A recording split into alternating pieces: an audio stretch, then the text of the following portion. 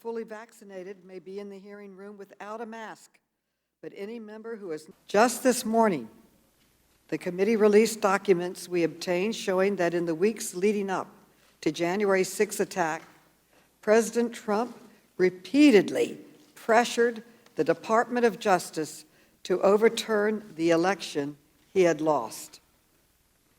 President Trump sent bogus election fraud claims to Jeffrey Rosen just minutes before he announced on Twitter that he was appointing Mr. Rosen as acting Attorney General. These conspiracy theories and further the president's corrupt. After his efforts to pressure the Department of Justice failed, President Trump grew even more desperate.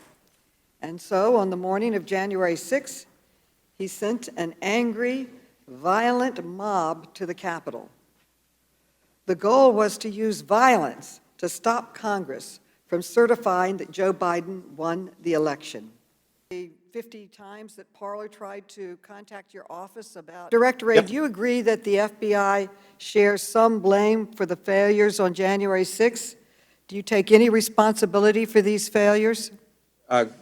Chairwoman, I think the best way for me to answer that question is that our goal is to bat 1,000, and anytime there's an attack, much less an attack as horrific and spectacular as what happened on January 6th. We consider that to be unacceptable, and we are absolutely determined to make sure that we're doing our part with our partners to make sure it never happens again. We're very disappointed at the response from the FBI on the document requests that we have sent out with 5 other committee chairmen. We sent it back in March, nearly 3 months ago.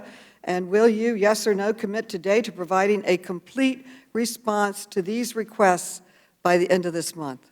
I know that we've been trying to do our part to get you the right information. I know we've produced about 500 or so pages of intelligence products, but I agree that we need to do better and have it move faster, and I've asked my staff to look for ways to expedite the process. We submitted to this committee.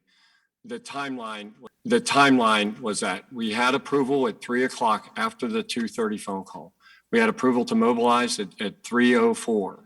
Then we needed to have a plan which required the redeployment of the Guard, reconfiguration, re-equipment, now to go into a mission that they were not previously conducting. They were conducting an unarmed traffic control point.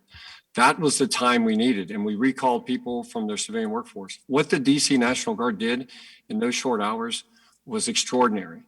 Now, when people's lives are on the line, two minutes is too long, but we were not positioned to respond to that urgent request. We had to re-prepare so we would send them in prepared for this new mission.